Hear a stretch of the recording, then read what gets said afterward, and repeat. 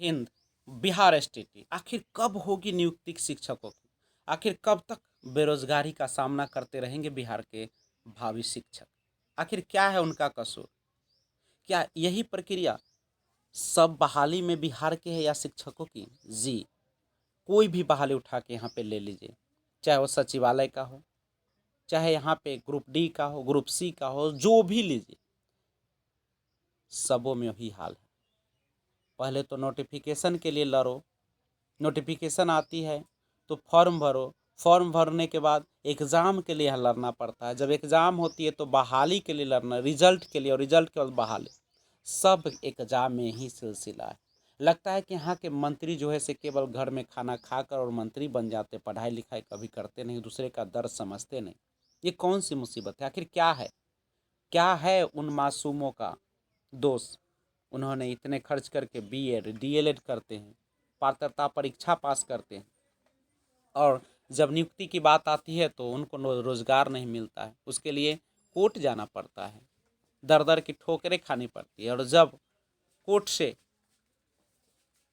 सुनवाई का डेट आता है तो लंबी खींच ली जाती है। एक सुनवाई, दो सुनवाई, तीन सुनवाई, सुनवाई पर सुनवाई, सुनवाई पर सुनवाई, लेकिन कोई सुनवाई नहीं होती।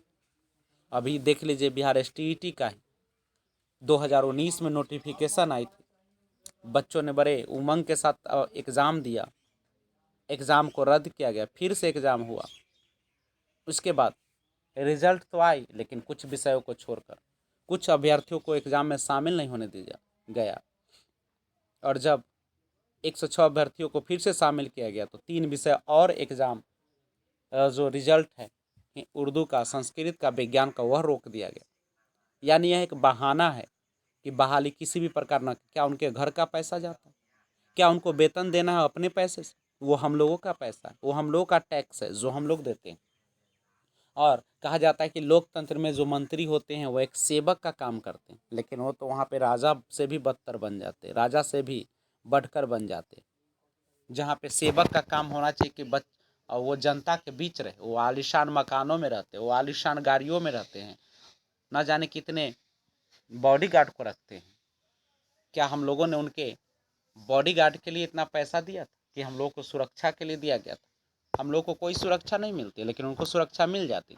और जब बहाली की बात आती है तो कहते हैं कि पैसे नहीं, शिक्षकों की अभी ज़रूरत नहीं, जबकि यहाँ पे 3 लाख से ऊपर शिक्षकों की जो है कमी है।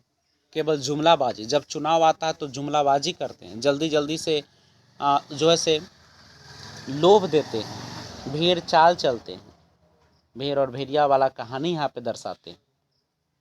तो ये है बहाली, और 10-10 साल पे बहाली, 15 के बाद कोई बहाली अभी तक नहीं हुई, अभी 21 चल रहा है, 6 साल तो ऐसे ही होने वाले हैं। तो सोच सकते हैं जिनका उम्र 40 साल अभी हो गया होगा, क्या अगले में भाग ले पाएंगे? अगर इसमें किसी भी कारण से अगर उनका नहीं हो पाता है तो क्या 10 साल बाद फिर उनको मौका मिल पाएगा? तो इन तमाम चीज़ों के बाद उलझता हुआ बिहार पूरी तरीके से उलझ चुका है। ये बहाली नहीं, ये जो है जुमलाबाजी है, ये लोगों को भड़काने की एक मंशा है, लोगों को आपस में लड़ाने की एक मंशा है, लोगों को बर्बाद करने की मंशा है। बेरोजगारी जिस रफ्तार से बढ़ रहा है, न जाने कितने शिक्षक अपनी जान दे रहे हैं, कितने शिक्षक भूखे पेट रह रहे हैं, और इन तमाम चीज़ों के बीच जो सरकार है वह लापरवाह है, वह तेल लगाकर सोई हुई है। तो अब क्या करें हम लोग? तो हम लोग का आज मौका है, आज ही 2 जून 11 बजे जो फेसबुक पर लाइव आ रहे हैं उसको ज़रूर हम लोग शामिल हो, उसमें शिक्षा मंत्री से क्वेश्चन करें, उनसे सारा जवाब मांगे कि आखिर क्या है, आखिर क्यों नहीं हो रही है। आप जब ब्लाइंड फेडरेशन केस की बात करते तो उनको पूरा क्यों नहीं करते? आप एक तरफ तो कहते कोर्ट का फैसला नहीं दीजिए और दूसरी तरफ आप उसके अधिकार को नहीं देते। जब इतना दिन हम लोग रुक चुके तो 15 दिन और रुकने में, आवेदन ले लेने में क्या बिगड़ जाता है? तो ये तमाम चीज़ों के बीच पेंच फंसता जा रहा है, और आज हम लोग इसके लिए तैयार रहेंगे, और फिर मिलते हैं। जय हिंद।